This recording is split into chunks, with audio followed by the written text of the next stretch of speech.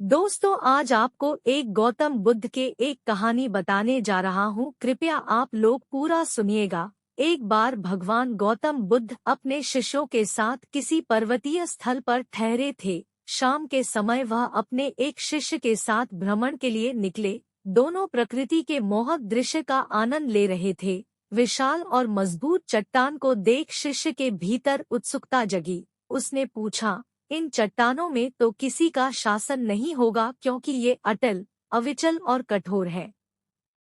शिष्य की बात सुनकर बुद्ध बोले कि नहीं, इन शक्तिशाली चट्टानों पर भी किसी का शासन है। लोहे के प्रहार से इन चट्टानों के भी टुकड़े टुकड़े हो जाते हैं। इस पर शिष्य बोला, तब तो लोहा सर्वशक्तिशाली हुआ। बुद्ध मुस्कराए और बोले, नहीं, अग्नि अपने ताप से लोहे का रूप परिवर्तित कर सकती है। उन्हें धैर्यपूर्वक सुन रहा शिष्य बोला, इसका मतलब अग्नि सबसे शक्तिवान है। बुद्ध ने फिर उसी भाव से उत्तर दिया, नहीं, जल अग्नि की उष्णता को शीतलता में परिवर्तित कर देता है तथा अग्नि को शांत कर देता है। शिष्य कुछ सोचने लग गया। बुद्ध समझ गए थे कि उसकी जिज्ञासा अब भी पूरी तरह शांत नहीं हुई है।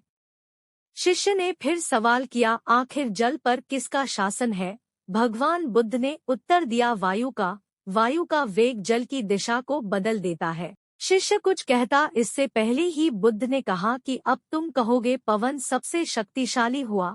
नहीं, पवन सबसे शक्तिशाली नहीं है। सबसे शक्तिशाली है मनुष्य की संकल्प शक्ति, क्योंकि इसी से पृथ्वी, जल, वायु, अग्नि इत्यादि को नियंत्रित किया जा सकता है।